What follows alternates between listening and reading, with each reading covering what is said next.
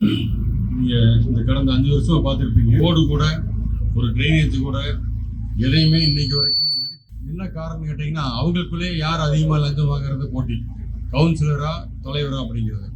இப்போ எந்த கவுன்சிலருமே வந்து அந்த பஞ்சாயத்து ஆபீஸ்க்குள்ள போகாத அளவுக்கு, போக முடியாத அளவுக்கு லஞ்சம் தலைவர் ஆடுதுன்னா சாதாரண மக்கள் எப்படி போவீங்க? யாராவது போய் பஞ்சாயத்துல வேலை முடிச்ச அனுபவம் இருக்கா? காசு இல்லாம இருக்கா?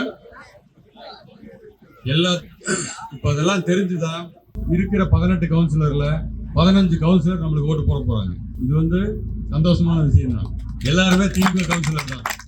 என்ன காரணம்னா அவங்களுக்கே இந்த அரசாங்கம் பண்றது பிடிக்கலங்கிறது, வேற ஒரு காரணம் இல்லை. அவங்களே கவுன்சிலரா இருந்து பணத்தை வாங்கி தலைவருக்கு கொடுக்க வேண்டிய ஒரு சூழ்நிலை. அந்த அளவுக்கு அந்த ஆபீஸ்க்குள்ள லஞ்சம் தலைவரிச்சாருது. எந்த கவுன்சிலர் கூட இன்னைக்கு வரைக்கும் யாரும் ஆபீஸ்க்குள்ள போக முடியாது. அந்த அளவுக்கு மோசமா இருக்கு.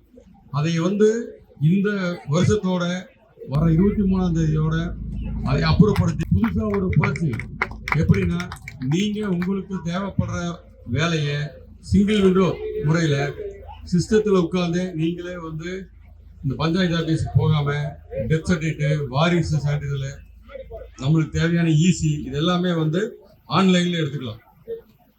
அரசாங்கம் வந்து தமிழக வெற்றி கழகத்தின் சார்பில் அமைகிற ரொம்ப டிரான்ஸ்பரண்டா நேர்மையான முறையில லஞ்சம் இல்லாம இந்த அரசாங்கம் நடக்கும்னு சொல்லி தளபதி உத்தரவு கொடுத்திருக்காரு. எனக்கும் காசு தேவையில்லை. நான் யார்ட்டையும் நான் காசு வாங்க மாட்டேன். நான் லஞ்சம் வாங்காம தான் நான் வேலை செய்ய போறேன்.